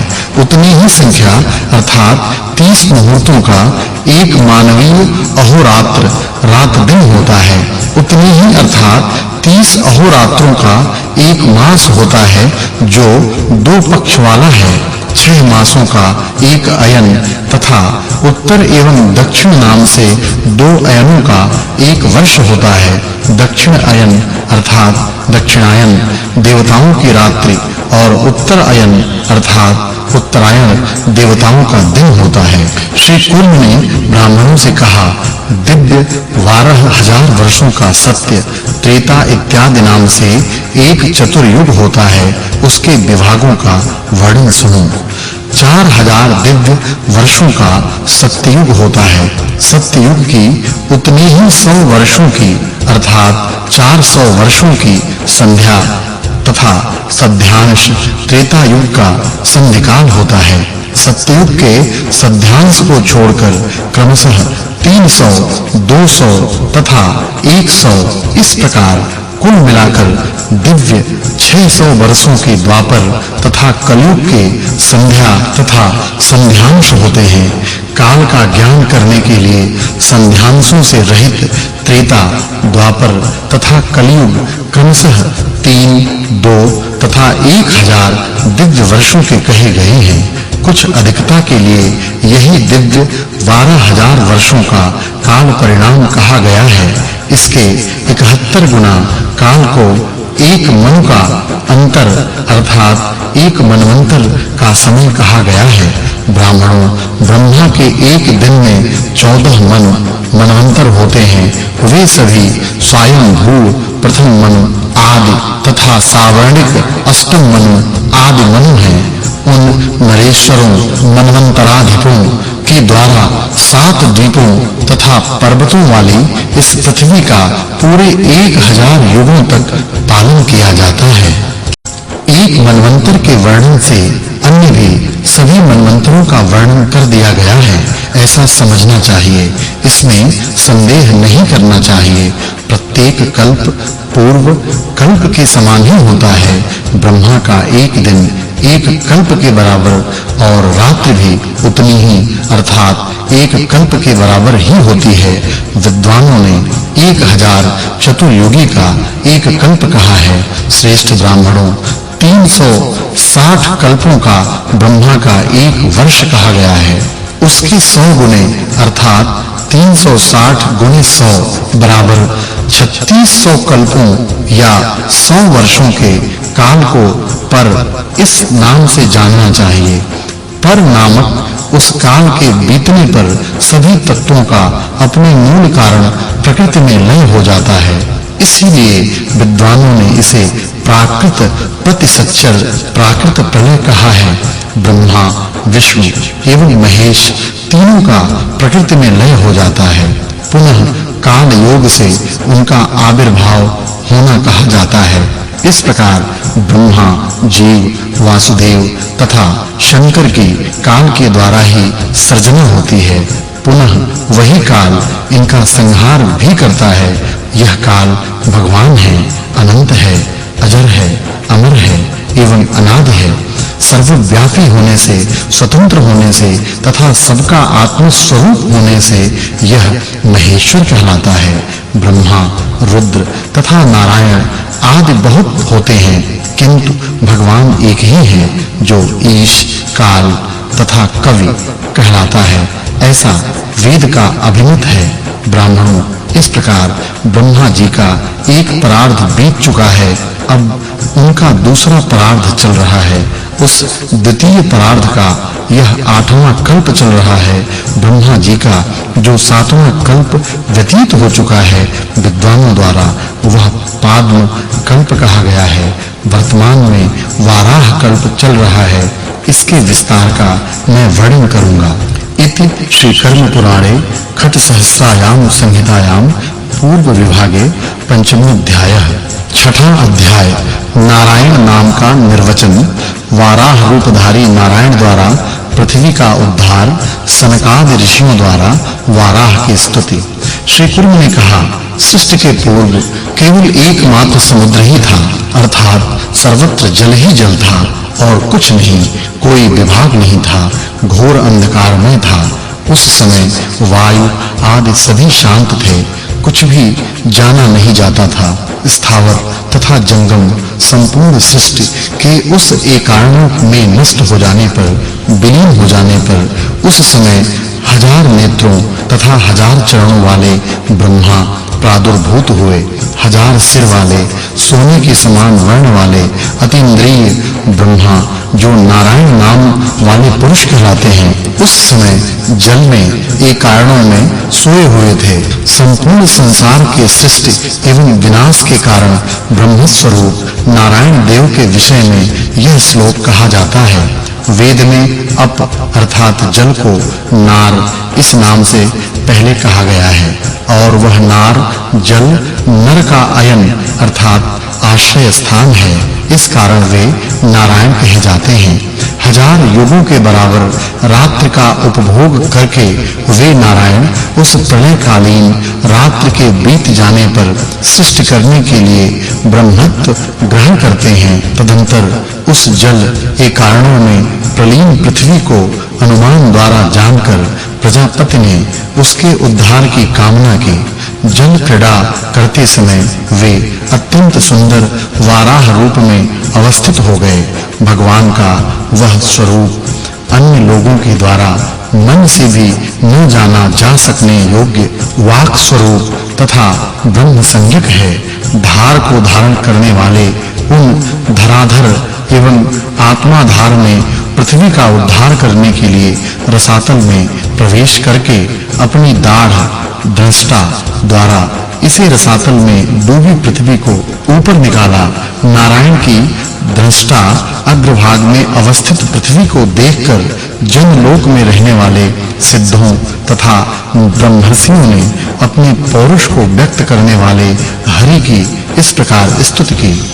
ऋषि बोले, देवाधिदेव पुराण पुरुष सनातन जय स्वरूप परमेष्ठि ब्रह्म को नमस्कार है। सृष्टि करने वाले तथा सभी अर्थों के ज्ञाता स्वयंभू आपको नमस्कार है। हिरण्यगर्भ वेधा परमात्मा को नमस्कार है। विश्व के उत्पत्ति स्थान देवों के हितकारी वासुदेव नारायण देव विष्णु को नमस्कार है। श्रांग धनुष चक्र सुदर्शन तथा तलवार नंदक आदि धारण करने वाले चतुर्मुख आपको नमस्कार है। सभी प्राणियों के आत्म रूप कूटस्थ को बार-बार नमस्कार है। वेद के रहस्य रूप को नमस्कार है। वेद योनि को नमस्कार है। शुद्ध बुद्ध को नमस्कार है। ज्ञान रूप को नमस्कार है। आनंद स्वरूप को नमस्कार है। जगत के साक्षी अनंत अप्रमेय तथा कार्य एवं कारण रूप को नमस्कार है। पंचभूत रूप को नमस्कार है। पंचभूतात्मा पंचभूत के अधिष्ठान आत्मा को नमस्कार है। मूल प्रकृति को नमस्कार है। माया रूप आपको नमस्कार है। हे वराह आपको नमस्कार है। मत्स्य रूप धारण करने वाले को नमस्कार है। योग द्वारा जानने योग्य को नमस्कार है। संकर्षण आपको नमस्कार है। तीन मूर्तियों एवं तीन धामों स्थानों वाले दिव्य तेजः स्वरूप आपको नमस्कार है। तीन गुणों को प्रवृत्त करने वाले सिद्ध एवं पूज्य आपको नमस्कार है। आदित्य के समान वर्ण वाले अर्थात प्रकाश स्वरूप आपको नमस्कार है। पद्म योनि को नमस्कार है। मूर्त एवं अमूर्त रूप को नमस्कार है। माधव को बारंबार नमस्कार है। आपके द्वारा ही संपूर्ण सृष्टि हुई है और आप में ही वह विलीन भी हो जाएगी। इस संपूर्ण जगत का आप पालन करें। आप ही रक्षक हैं। आप ही शरण देने वाले आश्रय स्थान हैं। सनक आदि महर्षियों के द्वारा इस प्रकार स्तुति किए जाने पर वाराह शरीर धारण करने वाले सर्व समर्थ उन भगवान विष्णु ने उन पर कृपा की। इसके बाद पृथ्वी के स्वामी प्रजापति ने पृथ्वी को उसके स्थान में प्रतिष्ठित कर दिया और मन से उसको धारण करके अपने वाराह रूप को छोड़ दिया। उस महान जलराशि के ऊपर विशाल नौका के समान स्थित पृथ्वी अपने देह के विस्तार के कारण डूबती नहीं है। तदंतर पृथ्वी को समतल बनाकर उन्होंने पहली सृष्टि के दग्ध हुए समस्त पर्वतों को पृथ्वी पर स्थापित किया और सृष्टि करने में अपना मन लगाया। इति श्री कूर्म पुराणे खष्ट सहस्रायाम संहितायाम पूर्व विभागे खष्टोध्यायः 7वां अध्याय। 9 प्रकार की सृष्टि, ब्रह्मा जी के मानस पुत्रों का आविर्भाव, ब्रह्मा जी के चारों मुखों से चारों वेदों की उत्पत्ति इत्यादि का वर्णन। श्री कूर्म बोले, उनके ब्रह्मा के द्वारा सृष्टि के विषय में सोचते रहने पर अबुद्धि पूर्वक अंधकार रूप वैसी ही सृष्टि हुई जैसे कि पूर्व के कल्पों में हुई थी। उन महात्मा से तम, मोह, महामोह, तामिश्र तथा अंध नाम वाली यह पंच पर्वा अविद्या जन्म हुई। उस अभिमानी देव के द्वारा ध्यान करते समय अंधकार से ढकी हुई बीज सदृश तथा लोकों से आवृत वह सृष्टि 5 भागों में विभाजित होकर स्थित हुई। बाहर एवं भीतर के प्रकाश ज्ञान से शून्य, स्तब्ध, जड़ तथा संज्ञा चेतना विहीन नग अर्थात पर्वत, वृक्ष आदि मुख्य इस नाम से कहे जाते हैं और वही मुख्य सर्ग, मुख्य सृष्टि कहलाता है। प्रभु ने उस मुख्य सर्ग को सृष्टि के विस्तार में साधक समर्थ न देखकर दूसरी सृष्टि के लिए विचार किया। उनके ऐसा विचार करते ही तिर्यक स्रोत नामक पशु पक्षियों आदि की सृष्टि हुई। हे ब्राह्मणों, क्योंकि वह सृष्टि तिर्यक तिरछी चलने वाली थी, इसलिए तिर्यक स्रोत सृष्टि कहलाती है। वे मार्ग का उल्लंघन करने वाले पशु आदि उत्पथग्राही कहे जाते हैं। उस तिर्यक स्रोत नामक सृष्टि को भी सृष्टि विस्तार के लिए निष्प्रयोजन जानकर उन देव ने अन्य सर्ग को उत्पन्न किया। वह सर्ग ऊर्ध्व स्रोत सात्विक सर्ग देव सर्ग नाम से कहा गया। इस देव सर्ग के लोगों में सुख और प्रीति की अधिकता रहती है। वे अंदर तथा बाहर आवरण से रहित होते हैं तथा स्वभाव से ही अंदर बाहर प्रकाश से परिपूर्ण रहते हैं, इसलिए वे देव कहलाते हैं। तदंतर निरंतर सत्य का ध्यान करने वाले उन देव के चिंतन करने पर उसी समय अव्यक्त प्रकृति से सृष्टि विस्तार का साधक अर्वाक स्रोत वाला साधक सर्ग उत्पन्न हुआ। वे अर्वाक स्रोत प्राणी प्रकाश ज्ञान के बाहुल्य वाले तमोगुण तथा रजोगुण की अधिकता वाले अधिक दुख वाले और सत्व गुण से संपन्न मनुष्य नाम से कहे जाते हैं। उस मानुष सर्ग को देखकर अजन्मा भगवान ने अन्य सर्ग की रचना का विचार किया और उनके ऐसे सर्ग विषय ध्यान करते ही भूतादि सर्ग उत्पन्न हुआ। वे सभी संग्रह न करने वाले फिर भी बांटने के स्वभाव वाले उपभोग करने वाले तथा शील रहित भूतादि इस नाम से कहे गए हैं। ब्राह्मण श्रेष्ठों, इस प्रकार ये 5 सर्ग कहे गए हैं। ब्रह्मा का पहला सर्ग महत् सर्ग कहा गया है। तन्मात्राओं का दूसरा सर्ग भूत सर्ग कहलाता है। तीसरा वैकारिक सर्ग ऐन्द्रियक सर्ग कहा जाता है। इस प्रकार यह प्राकृत सर्ग अबुद्धि पूर्वक हुआ। चौथा सर्ग मुख्य सर्ग है। स्थावर जड़ पदार्थ मुख्य कहलाते हैं। तिर्यक स्रोत से जिस सर्ग को बतलाया है वह तिर्यक योनि वाला 5वां सर्ग है।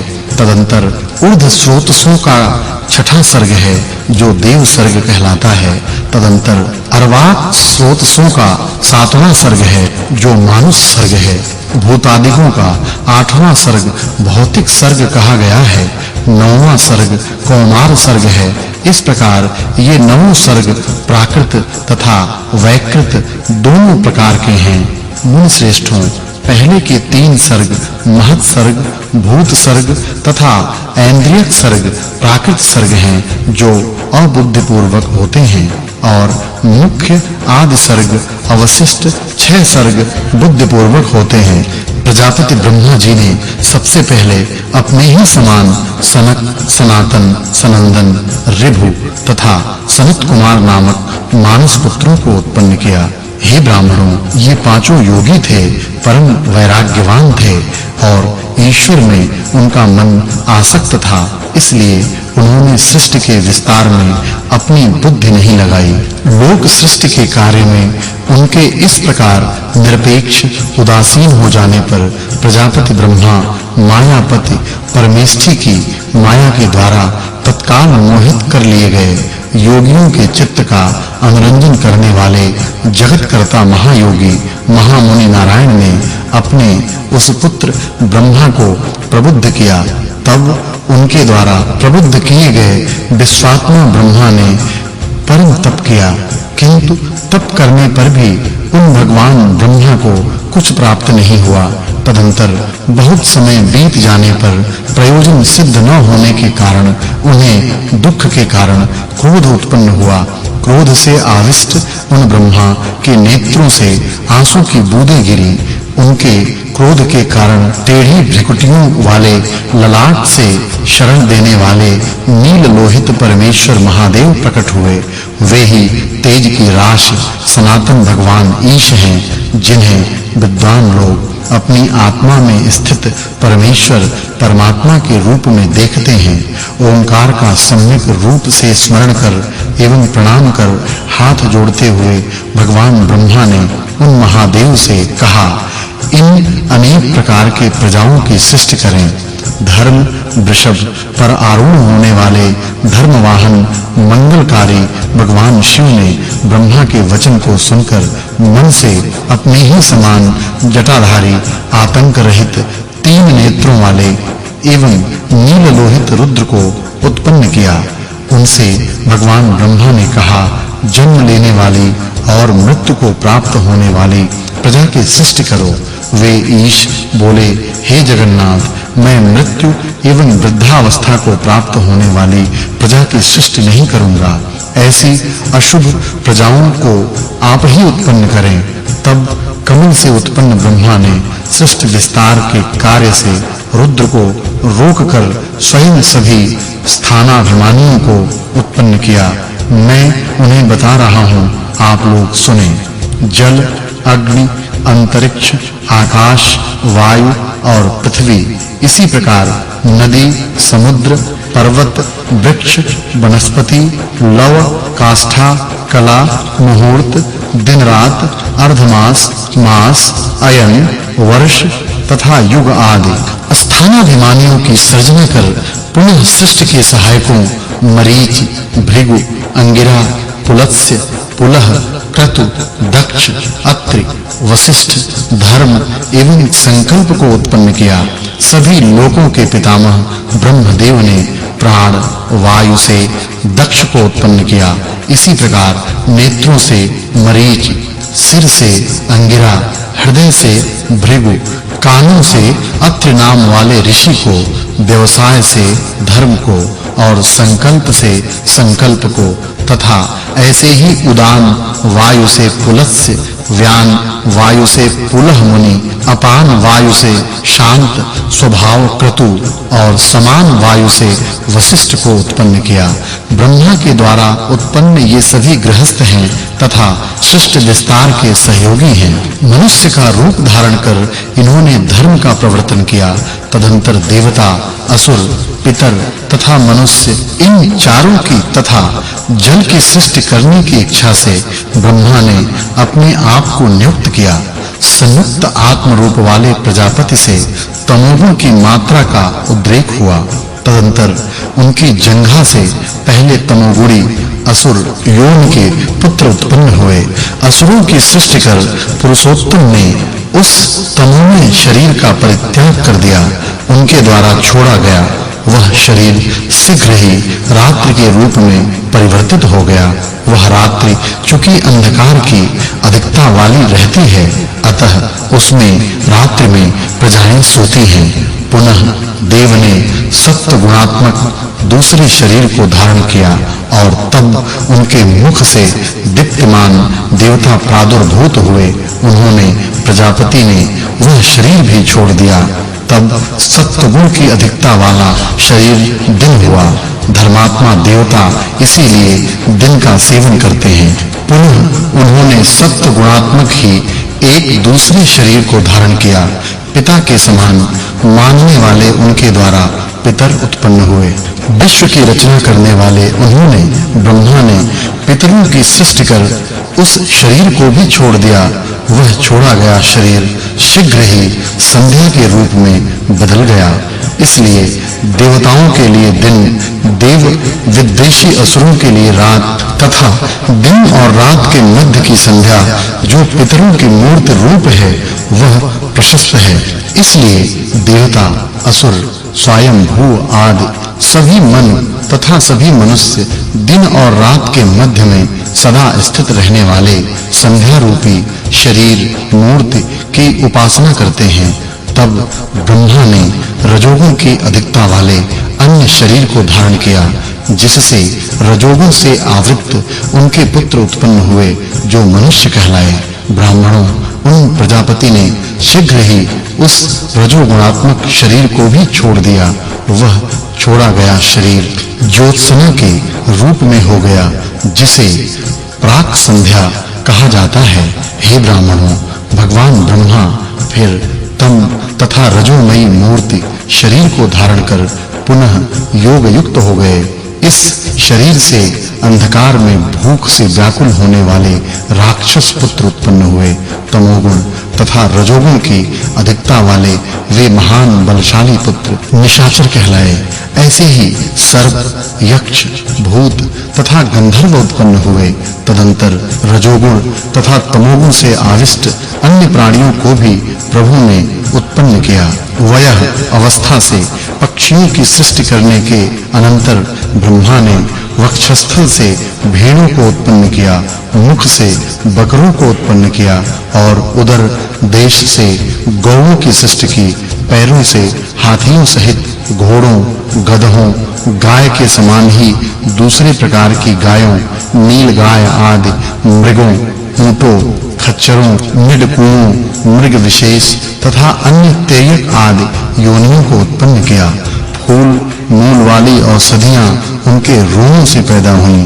ब्रह्मा जी ने अपने प्रथम पूर्व मुख से गायत्री छंद, ऋग्वेद, त्रिविध साम, प्रथमतर साम और यज्ञों में अग्निष्टोम नामक यज्ञ को उत्पन्न किया। दक्षिण मुख से यजुर्वेद, त्रिष्टुभ छंद, पंचदश स्तोम मंत्रों का समूह विशेष, बृहत् साम तथा उक्त नामक वेद मंत्रों का सृजन किया। पश्चिम मुख से सामवेद, जगती छंद, सप्तदश स्तोम मंत्रों का समूह विशेष और वै रूप तथा अतिरात्र नामक यज्ञों को उत्पन्न किया। उत्तर मुख से 21 शाखाओं वाले यथर्ववेद, अनुष्टुप छंद और आप्तोर्याम तथा वैराज नामक यज्ञ को उत्पन्न किया। प्रजापति ब्रह्मा के द्वारा प्रजाओं की सृष्टि करते समय उनके शरीर से उच्च एवं निम्न कोटि के अन्य भी प्राणियों की सृष्टि हुई। देवता, ऋषि, पितर तथा मनुष्य इन 4 प्रकार की सृष्टि करके ब्रह्मा ने चर तथा अचर सभी प्राणियों की सृष्टि की। श्री हरि ओम श्री परमात्मने नमः। कूर्म पुराण पूर्व विभाग पहला अध्याय। सूत जी की उत्पत्ति, उनके रोमहर्षण नाम पड़ने का कारण, पुराणों तथा उपपुराणों का नाम परिगणन, समुद्र मंथन से उत्पन्न विष्णु माया का वर्णन, इंद्रद्युम्न का आख्यान और कूर्म पुराण की महिमा। नारायणं नमस्कृत्य नरं चैव नरोत्तमं देवीं सरस्वतीं चैव ततो जयमुदीरयेत्।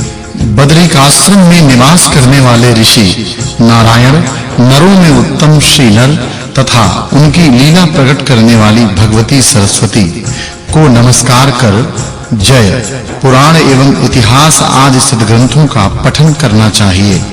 कूर्म रूप धारण करने वाले अप्रमेय भगवान विष्णु को नमस्कार कर मैं उस पुराण कूर्म पुराण को कहूंगा जो समस्त विश्व के मूल कारण भगवान विष्णु के द्वारा कहा गया है। नैमिषारण्यवासी महर्षियों ने 12 वर्ष तक चलने वाले सत्र यज्ञ के पूर्ण हो जाने पर सर्वथा निष्पाप रोमहर्षण सूत जी से पवित्र पुराण संहिता के विषय में प्रश्न किया। महाबुद्धिमान सूत जी महाराज, आपने इतिहास और पुराणों के ज्ञान के लिए ब्रह्म ज्ञानियों में परम श्रेष्ठ भगवान वेदव्यास जी की भली भांति उपासना की है। चूंकि आपके वचन से द्वैपायन भगवान वेदव्यास के समस्त रोम हर्षित हो गए थे, इसलिए आप रोमहर्षण कहलाते हैं। प्राचीन काल में स्वयं समर्थ होते हुए भी भगवान वेदव्यास जी ने आपसे ही कहा था कि आप मुनियों को पुराण संहिता सुनाएं। सूत जी महाराज, आप अपने अंश से उत्पन्न साक्षात पुरुषोत्तम नारायण हैं। स्वयं भू ब्रह्मा जी के महान यज्ञ में सोमरस प्रस्तुत करने के दिन पुराण संहिता का वाचन करने के लिए ही आपका आविर्भाव हुआ था। आप पुराणों के अर्थ को ठीक-ठीक जानने वाले हैं, इसलिए हम आपसे श्रेष्ठ कूर्म पुराण के विषय में पूछ रहे हैं। आप हमें वह कूर्म पुराण बतलाइए। मुनियों के वचन सुनकर पौराणिकों में श्रेष्ठ सूत जी ने देवी सरस्वती के पुत्र अपने गुरु भगवान वेदव्यास को मन ही मन प्रणाम कर इस प्रकार कहा। रोमहर्षण सूत जी बोले, समस्त विश्व के मूल कारण कूर्म धारण करने वाले भगवान नारायण विष्णु को नमस्कार करके कूर्म पुराण की उस दिव्य कथा को कहता हूँ जो समस्त पापों को नष्ट करने वाली है और जिसे सुनकर महान से महान पाप करने वाला पापी व्यक्ति भी परम गति को प्राप्त कर लेता है। कूर्म पुराण की इस पूर्ण कथा को नास्तिक व्यक्ति को कभी भी नहीं सुनाना चाहिए। जो अत्यंत श्रद्धालु हैं, शांत हैं, धर्मात्मा हैं, ऐसे द्विजातियों को साक्षात नारायण भगवान विष्णु के द्वारा कही गई इस कूर्म पुराण की कथा को विशेष रूप से कहना चाहिए। सर्ग, सृष्टि, प्रतिसर्ग, प्रलय, वंश, वंशानुचरित तथा मनवंतर ये पुराणों के 5 लक्षण हैं। 18 महापुराणों में प्रथम पुराण ब्रह्म पुराण है, द्वितीय पद्म पुराण है। इसी प्रकार क्रमशः विष्णु, शिव, भागवत, भविष्य, नारद, मार्कंडेय, अग्नि, ब्रह्मवैवर्त, लिंग, वाराह, स्कंद, वामन, कूर्म, मत्स्य और गरुड़ पुराण है। भगवान वायु के द्वारा कहा गया 18वां पुराण ब्रह्मांड पुराण के नाम से कहा जाता है। सूत जी ने पुनः कहा, ब्राह्मणों, 18 पुराणों का नाम सुनकर अब आप लोग मुनि द्वारा कहे गए अन्य उप पुराणों का नाम भी संक्षेप में सुने। इन उप पुराणों में पहला उप पुराण सनत कुमार जी के द्वारा कहा गया सनत कुमार उप पुराण है। तदंतर दूसरा नरसिंह पुराण है। स्कंद कुमार के द्वारा कथित तीसरा पुराण स्कंद पुराण कहा गया है। चौथे पुराण का नाम शिवधर्म है जो साक्षात भगवान नंदीश्वर शिव के द्वारा कहा गया है। महर्षि दुर्वासा के द्वारा कहा गया आश्चर्य पुराण 5वां है और छठा पुराण देवर्षि नारद के द्वारा कहा गया नारद पुराण है। इसी प्रकार 7वां कपिल, 8वां मानव और शुक्राचार्य द्वारा प्रोक्त उष्णा नामक नमा पुराण है। 10वां ब्रह्मांड, 11वां वरुण तथा 12वां पुराण कालिका पुराण के नाम से कहा गया है। 13वां माहेश्वर पुराण, 14वां सांब पुराण तथा सभी प्रकार के अर्थों से युक्त 15वां सौर पुराण है। 16वां पराशर पुराण महर्षि पराशर के द्वारा कहा गया है। 17वां मारीच पुराण है और 18वां पुराण भार्गव पुराण के नाम से कहा गया है। यह कूर्म पुराण 15वां महापुराण है जो पुराणों में श्रेष्ठ है। संहिताओं के भेद से यह पवित्र पुराण 4 भागों 4 संहिताओं में विभक्त है। ब्राह्मी, भागवती, सौरी तथा वैष्णवी नामक इस कूर्म पुराण की 4 पवित्र संहिताएं धर्म, अर्थ, काम तथा मोक्ष इस प्रकार चतुर्विध पुरुषार्थ को देने वाली कही गई हैं। यह ब्राह्मी संहिता है जो चारों वेदों द्वारा अनुमोदित है। इसकी श्लोक संख्या 6000 है। हे मुनीश्वरों, इसमें धर्म, अर्थ, काम और मोक्ष का अशेष महात्म्य वर्णित है और इसके श्रद्धा पूर्वक पठन पाठन एवं श्रवण आदि से परमेश्वर ब्रह्मा का ज्ञान होता है। इसमें सर्ग, प्रतिसर्ग, वंश, मनवंतर तथा वंशानुचरित और दिव्य एवं पूर्ण प्रासंगिक कथाएं भी कही गई हैं। यह पुराण संहिता शांत चित्त एवं धर्मात्मा ब्राह्मणादिकों के द्वारा धारण करने योग्य है। सूत जी कहते हैं, मैं उसी पुराण संहिता का प्रवचन करूंगा जिसे प्राचीन समय में वेदव्यास जी ने कहा था। प्राचीन काल में अमृत की प्राप्ति के लिए देवताओं ने दिति के पुत्र दैत्यों और दानवों के साथ मंदर नामक पर्वत को मथानी बनाकर क्षीर सागर में मथा। उस क्षीर सागर के मंथन किए जाते समय देवताओं के कल्याण की कामना से जनार्दन भगवान विष्णु ने कूर्म रूप धारण करके उस मंदराचल को ऊपर उठाए रखा। कूर्म कक्षप रूप धारण किए हुए सर्वदृष्टा अविनाशी भगवान विष्णु को देखकर देवताओं तथा नरादि महर्षियों ने उन देव की स्तुति की। उसी समय नारायण भगवान विष्णु की प्रिया देवी श्री लक्ष्मी का आविर्भाव हुआ। उन्हें पुरुषोत्तम भगवान विष्णु ने ही ग्रहण किया। लक्ष्मी के तेज से मोहित हुए इंद्र सहित नारद आदि महर्षियों ने अव्यक्त भगवान विष्णु से यह वचन कहा। हे भगवान, हे देव देवेश, हे नारायण, हे जगन्मय, हम पूछने वालों को आप ठीक-ठीक बतलाइए कि विशाल नेत्रों वाली यह देवी कौन है। उस समय उन देवताओं तथा महर्षियों का वह वाक्य सुनकर दानवों का मर्दन करने वाले भगवान विष्णु देवी लक्ष्मी की ओर देखकर नारद आदि परम पवित्र महर्षियों से बोले, यह मेरी स्वरूप भूता ब्रह्म रूपिणी परम शक्ति है, यही माया है, यही अनंता है और यही मेरी वह प्रिया है जिसने इस संपूर्ण जगत को मोहित कर रखा है। हे श्रेष्ठ द्विजों, इसी के द्वारा मैं देवताओं, असुरों एवं मनुष्यों से युक्त संपूर्ण विश्व को मोहित करता हूँ, संहार करता हूँ और पुनः सृष्टि करता हूँ। ज्ञानी जन जगत की उत्पत्ति एवं प्रलय को तथा प्राणियों के जन्म एवं मोक्ष को ठीक-ठीक समझकर और आत्म तत्व का दर्शन कर इस महामाया के बंधन से पार उतरते हैं। द्विजों, मेरी सब प्रकार की शक्ति यही है। इसी के अंशों का आश्रय ग्रहण कर ब्रह्मा तथा शिव आदि देवता शक्तिमान हुए हैं। यही वह सत्व, रज तथा तम तीनों गुणों से युक्त त्रिगुणात्मिका प्रकृति है और यही सारे संसार को उत्पन्न करने वाली है। प्राचीन काल में श्री कल्प में यह पद्मवासिनी के रूप में मुझी से आविर्भूत हुई थी। ये चार भुजा वाली हैं। ये हाथों में शंख, चक्र तथा कमल धारण किए रहती हैं। सभी मंगलमय गुणों से युक्त हैं। करोड़ों सूर्यों के समान इनकी आभा है। ये सभी प्राणियों को मोहित करने वाली हैं। देवता, पितर, मनुष्य, वसुगण तथा पृथ्वी पर रहने वाले जितने भी अन्य देहधारी प्राणी हैं, ये सभी अर्थात कोई भी ऐसा नहीं है जो इस माया को पार करने में समर्थ हो।